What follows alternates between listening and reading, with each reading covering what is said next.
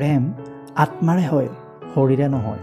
যিটো শৰীৰৰ পৰা হয় সেইটো আকৰ্ষণ আৰু যিটো আত্মাৰে হয় সেইটোহে প্ৰকৃত প্ৰেম। অপেক্ষা কৰাটো শুদ্ধ প্ৰেমৰ পৰিচয়। সকলোৱে প্ৰেম কৰিব পাৰে, কিন্তু সকলোৱে প্ৰেমত অপেক্ষা কৰিব নোৱাৰে। অধিকাৰৰ কাৰণে যুঁজক, কিন্তু যাৰ ওপৰত অধিকাৰ নাই তাক কেতিয়াও মোহ নকৰিব। উদাৰ হওক, কিন্তু নিজক ব্যৱহাৰ কৰিবলৈ নিদিব। মৰম কৰক, কিন্তু নিজক আঘাত লাগিবলৈ নিদিব। বিশ্বাস কৰক, কিন্তু অজলা নহ'ব। আনৰ শুনক, কিন্তু নিজৰ শব্দ শেষ নকৰিব।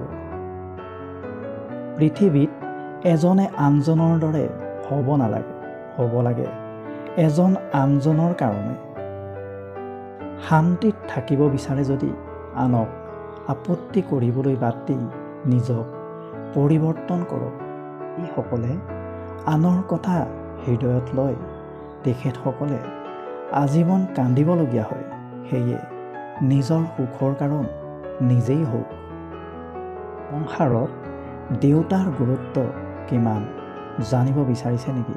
তেন্তে এটা কাম কৰক, হাতৰ বুঢ়া আঙুলিটো সহায় নোলোৱাকৈ ৰুটি এটা খোৱাৰ চেষ্টা কৰক।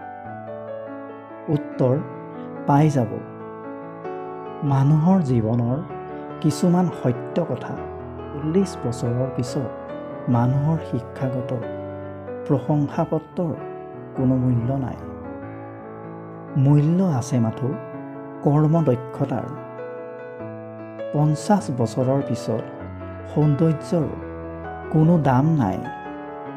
যিমানেই প্ৰসাধন নকৰক কিয় চকুৰ তলত ক'লা পৰিবই। 60 বছৰৰ পিছত অৱসৰ, তেতিয়া আৰু পুৰণা চকীখনৰ মূল্য নাই। গ্ৰুপ ABCD সকলোৱে এটাই পৰিচয়, প্ৰাক্তন কৰ্মী। 70 বছৰৰ পিছত ডাঙৰ ঘৰ আৰু সৰু ঘৰৰ কোনো পাৰ্থক্য নাই, কাৰণ ল'ৰা ছোৱালী সকলো বাহিৰতে থাকিব, ঘৰত কেৱল বুঢ়া বুঢ়ী। 80 বছৰ বয়সত টকা থাকিলেও কোনো দাম নাই, তেতিয়া ফুৰা চকা ক্ষমতা নাথাকে, তেতিয়া দৰকাৰ কেৱল জনবল। 90 বছৰৰ পিছত বিচনাত পৰি থকা, তেতিয়া শুই থকা আৰু জাগি থকাৰ মাজত কোনো পাৰ্থক্য নাই। জীৱনত কাকো অতিৰিক্ত সুযোগ নিদিব। দিলে দেখিব এই সুযোগেই আপোনাৰ জীৱনলৈ দুৰ্যোগ নমাই আনিছে। যদি আপুনি আমাৰ ভিডিঅ'টো চাই ভাল পালে লাইক কৰিব, কমেণ্ট কৰিব আৰু ভৱিষ্যতে এনেধৰণৰ ভিডিঅ' পাই থাকিবলৈ আমাৰ চেনেলটো ছাবস্ক্ৰাইব কৰি দিব। লগতে কাষত থকা বেলটো প্ৰেছ কৰি দিব। ধন্যবাদ।